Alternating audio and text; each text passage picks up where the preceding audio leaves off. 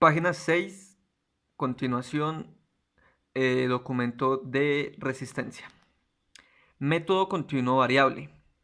Se caracteriza por la variación de la intensidad durante la realización del trabajo, que es sin interrupciones, pero convenimos que esta variación de velocidad, o sea, la intensidad del trabajo, es preestablecida y está hecha en base a la estimulación de diferentes áreas aeróbicas con predominio de una.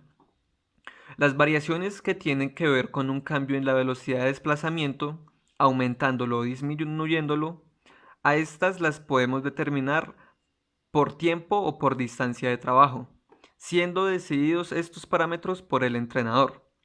Cuando las variaciones en la intensidad no son determinadas por el entrenador, sino por los accidentes que va presentando el terreno o bien por la voluntad del entrenado, estamos en presencia del método Fartlek.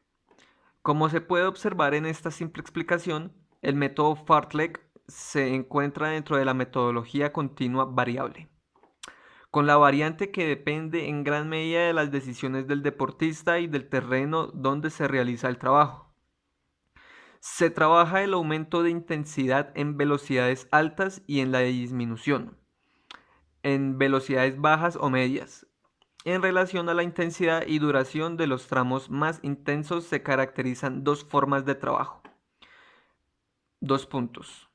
1. Método continuo variable número 1. Este método consiste en realizar esfuerzos sin interrupciones, pero con una intensidad de trabajo variable, por sobre trechos bien delimitados por el profesor o entrenador. Por ejemplo, corremos 1000 metros al 70% de el volumen de oxígeno máximo y a continuación, sin interrumpir el esfuerzo, trotamos 40 metros al 50% el volumen de oxígeno máximo. Se intervala el recorrido alternando tramos rápidos con otros lentos para recuperarse. Es decir, se utiliza el tramo lento como recuperación.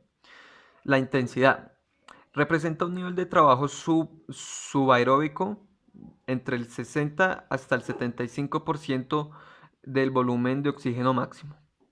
En los trechos más rápidos, con pulsaciones que fluctúan entre 130 hasta 140 pulsaciones por minuto en el trote y que pueden llegar hasta 170 pulsaciones por minuto durante el esfuerzo.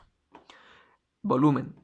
Se realizan entre 8 y 10 carreras a intensidades del 70% del volumen de oxígeno.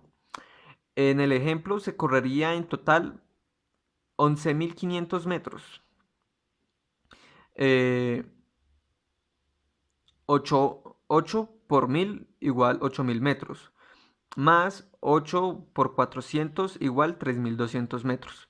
Este trabajo tendrá una duración de 1 hora aproximadamente, ya que es una de las características del trabajo en áreas subaeróbicas. Efectos.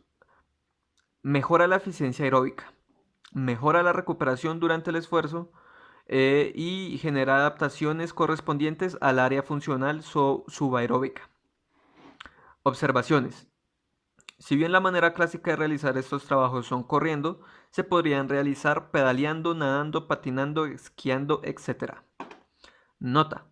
Podemos ubicar en esta manera de trabajar la resistencia aeróbica un trabajo clásico, con estas características, como los que se realizan alrededor de una cancha de fútbol o de rugby, donde el profesor determina trechos señalados, sean con banderas, conos, etc., y determina a qué intensidad se debe recorrer en cada tramo.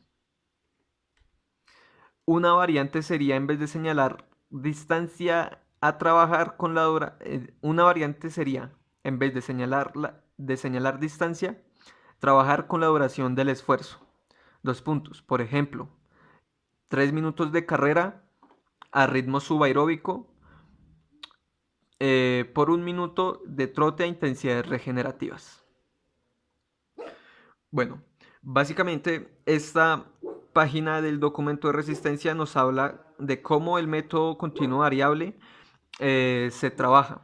Se trabaja aproximadamente sobre esfuerzos sin interrupciones, pero con una intensidad de trabajo variable.